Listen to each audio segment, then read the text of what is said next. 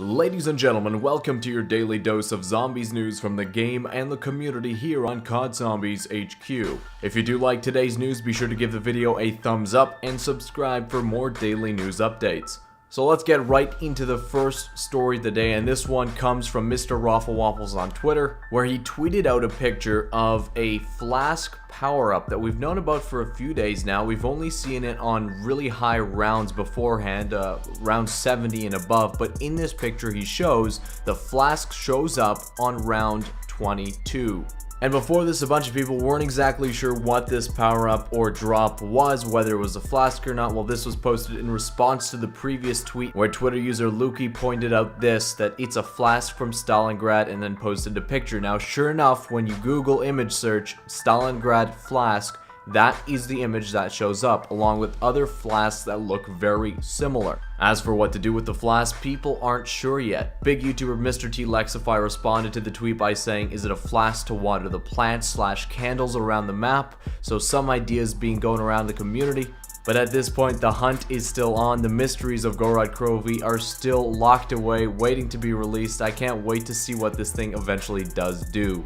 Now guys, moving on to the second story of the day. This one's coming from YouTuber Rizzle, where today he posted up a tutorial on how to get out of bounds in theater mode in Black Ops 3 Zombies. This is essentially no clipping in the console versions of Black Ops 3.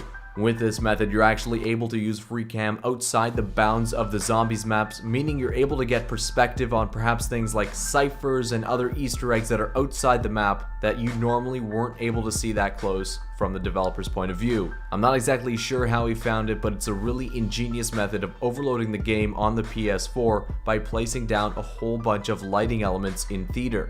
And guys, if you want to check out some gameplay outside the map of Gorod Krovi as well as a full tutorial, it's linked down in the description below.